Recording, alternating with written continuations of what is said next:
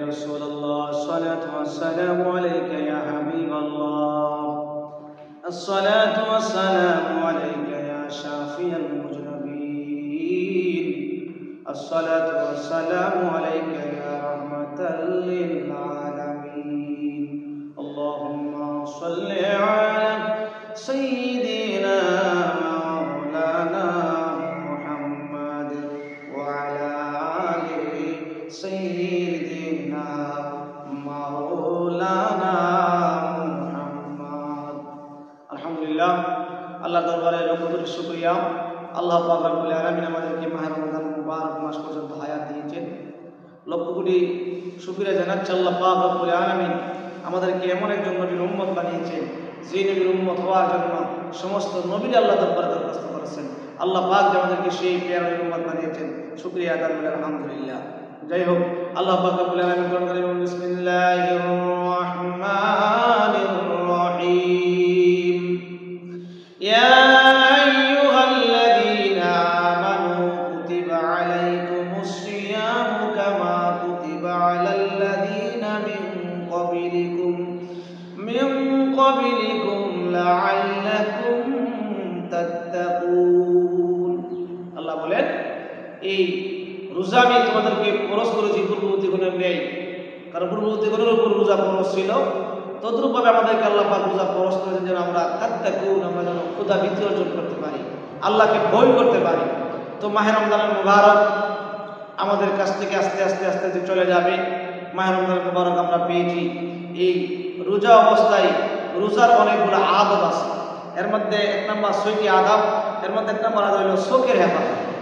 রোজা রেখে চোখকে হেফাজত করতে হবে অর্থাৎ চোখ দিয়ে খারাপ জিনিস দেখা যাবে না চোখ দিয়ে আল্লাহর কুরআন পড়তে হবে চোখ দিয়ে ভালো ভালো জিনিস দেখতে হবে জবানের হেফাজত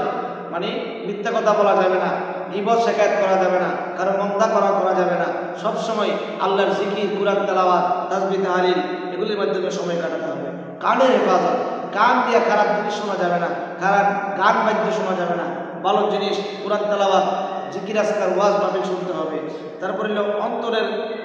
হেফাজত অন্তরে খারাপ ধারণা করা যাবে না অন্তরের হেফাজত করতে হবে অন্যান্য অঙ্গের হেফাজত এরপরে হলো হালাল রিজিক দ্বারা ইফতার উচিত আপনি রোজা রেখেছেন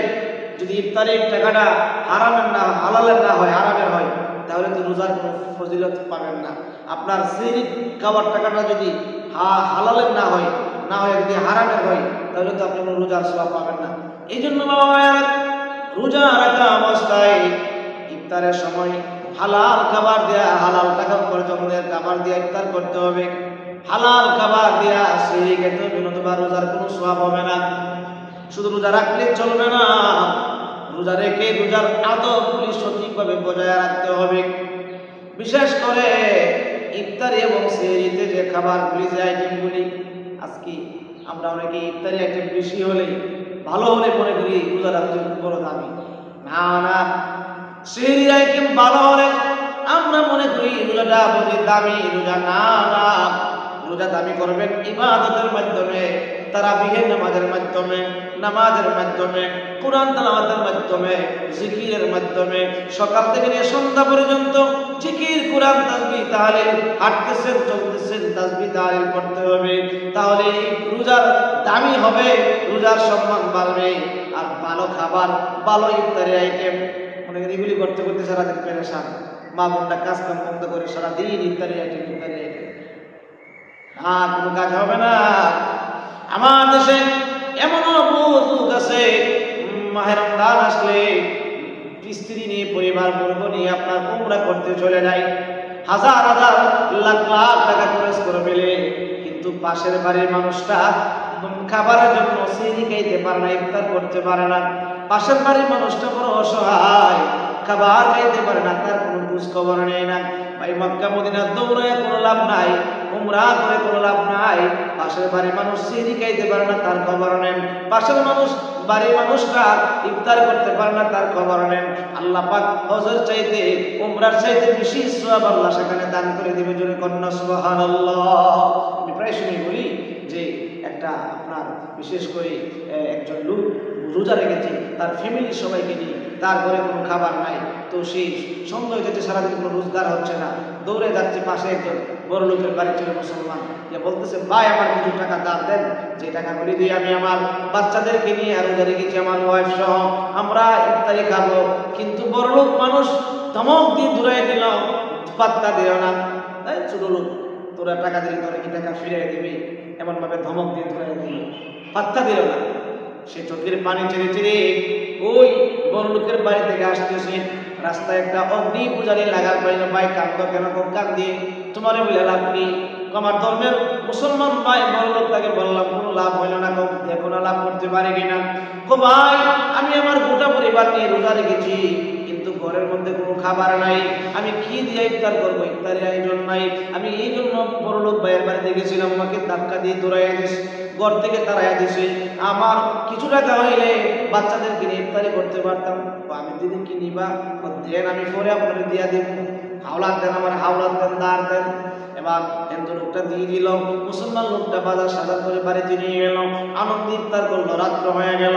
স্বপ্নে দেখে ওই হিন্দু লোকটাও স্বপ্নে দেখতেছে, মুসলমান বড় লোকটাও স্বপ্নে দেখতেছে, হাসরের মাঠ কায়েম হয়ে গেছে, মাথার অর্থ সূর্য 12টা সূর্য একবারে তাপ মারছে, তামার জমিন হয়ে গেছে, সব মানুষ নাফসি নাফসি বলতেছে, কিন্তু কোথাও কোনো আরামের জায়গা নাই। একটা বিল্ডিং দেখা যায়, একটা ওয়াল বিশিষ্ট একটা ঘর দেখা যায়, দৌড়াইয়া হিন্দু লোকটা যাচ্ছে সেখানে, পরিদার তাকে দৌড়াইয়া দিল,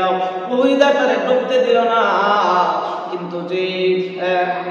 মুসলমান লোকটা, যে বড় লোকটা আপনার ফিরাই দিয়েছিল ইফতারির আয়োজন থেকে, ইফতারি টাকা দেওয়া থেকে, ওই লোকটা যখন গেল তাকে ফিরাই দিল, সে ঢুকতে পারলো না। কিন্তু যে হিন্দু লোকটা মুসলমান ইফতারি টাকা দিয়েছিল, তাকে ডেকে ডেকে বলতেছে তুমি ইফতারি করাইছিলা একজন মুসলমানকে,